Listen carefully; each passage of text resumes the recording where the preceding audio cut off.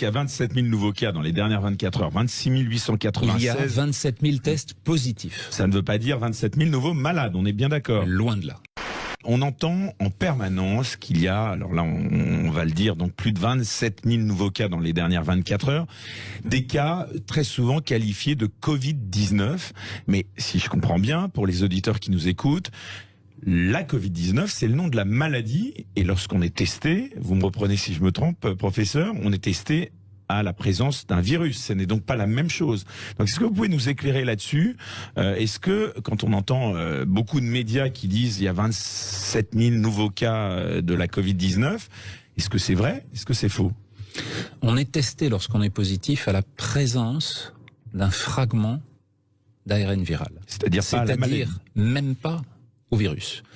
Et on mélange au milieu de tout cela des sujets qui sont guéris, des sujets qui sont non contagieux, des sujets qui sont asymptomatiques, des sujets qui sont peu symptomatiques, des sujets malades et des sujets sévères. Et on ne sait plus faire le tri au milieu de tout cela, sans compter même les faux négatifs qui oublient de dépister, ou les faux positifs qui, par excès, vont trouver des gens qui n'auraient jamais rencontré le virus. Sur l'ensemble de ces points, on n'arrive plus maintenant à trouver le lien qui nous ramène à la maladie, qui est la certitude de cas sévères qu'il faut voir sur les formes sévères et sur les décès.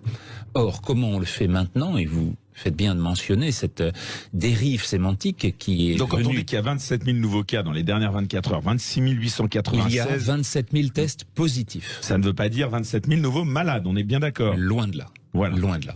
Et donc, on va avoir par cet effet, finalement, un changement qui nous a fait passer du décompte de la mortalité quotidienne à celui de ces tests positifs. Si nous avions la même létalité que celle que nous avions eue au mois de mars, c'est-à-dire le rapport du nombre de décès sur le nombre de positifs qui était de 10 à 20% selon les jours, il aurait dû y avoir hier 5 400 décès en France.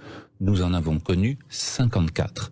Ce qui veut dire que cet état de fait nous démontre une maladie qui est 50 à 100 fois moins létale. On ne comprend plus rien quand on voit, le professeur, le docteur Véran, puisqu'il est aussi médecin, nous annoncer que la courbe est en hausse. Là, on parle, c'est parce qu'on teste de plus en plus de monde, hein, on le rappelle de nouveau. La courbe des tests positifs inévitablement est en augmentation, mais pas la courbe de la mortalité dans les mêmes proportions. Et c'est ça qui est important, c'est ce que je disais au début. Elle est 40 fois moins importante en ce moment. Et donc, on se retrouve dans une situation qui montre que les modèles et les algorithmes qui ont été employés pour annoncer 500 000 décès en France, 100 000 décès en Suède, montrent qu'ils n'ont pas les hypothèses fondées pour pouvoir éclairer la réalité. C'est ce que je n'ai cessé de répéter en disant il faut observer le réel et s'y conformer pendant tout l'été. Il n'y a pas eu de deuxième vague à chaque fois qu'elle avait été annoncée, et donc les critères qui étaient les critères algorithmiques et mathématiques n'étaient pas les bons. Maintenant, on se trouve dans une situation dans laquelle on dit une deuxième vague. La réponse est non, c'est une phase dans laquelle on voit réaugmenter 40 fois plus lentement une valeur sur les hospitalisations, la réanimation et la mortalité que nul ne conteste. On voit cette augmentation. Mais 40 fois plus lente, qu'est-ce que ça veut dire? Une fois de plus, ça veut dire que le changement intégral dans lequel s'est fait les conditions de la propagation des formes létales, des formes mortelles de la maladie est totalement différente, et en particulier parce que l'immunisation de la population a extraordinairement progressé pendant l'été. Si ce virus ne disparaît pas, il va effectivement être là pour beaucoup plus longtemps encore. C'est-à-dire qu'il peut être persistant très longtemps. Et vous pensez qu'on peut en arriver à bout de combien de temps? La question n'est pas d'en arriver à bout, la question est de savoir comment l'adaptation de notre espèce va se faire par rapport à ce que seront les mutations successives de ce virus.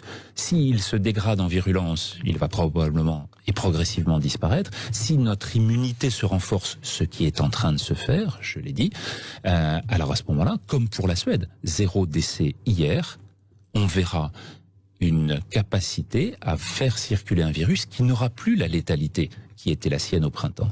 C'est exactement ça dont on voit finalement l'un des effets et la différence en termes de létalité pour l'Europe comme pour la France nous rapproche de ce que sont finalement les démonstrations suédoises. Et ce que je note, c'est que l'auteur de cette stratégie et de cette cohérence expliquée à la population suédoise, Johan Giesecke, est maintenant conseiller à la direction de l'OMS. Que je sache, les conseillers français n'y sont pas.